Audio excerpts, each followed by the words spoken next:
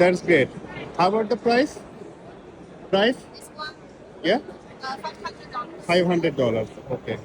May I have your Of course, of course. shay?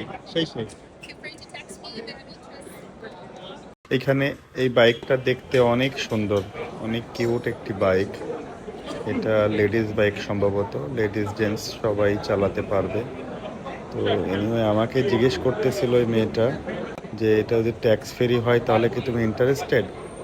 আপনারা তো দামটি শুনলেন, আসলে দামের থেকে বেশি ফ্যাক্ট হলো ট্যাক্স, ডিউটিটা অনেক বেশি।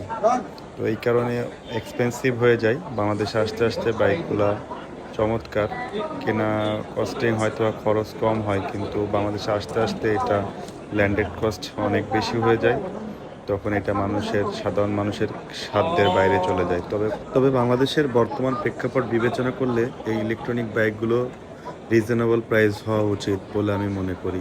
আপনারা কি মনে করেন কমেন্ট করে জানাবেন। ধন্যবাদ।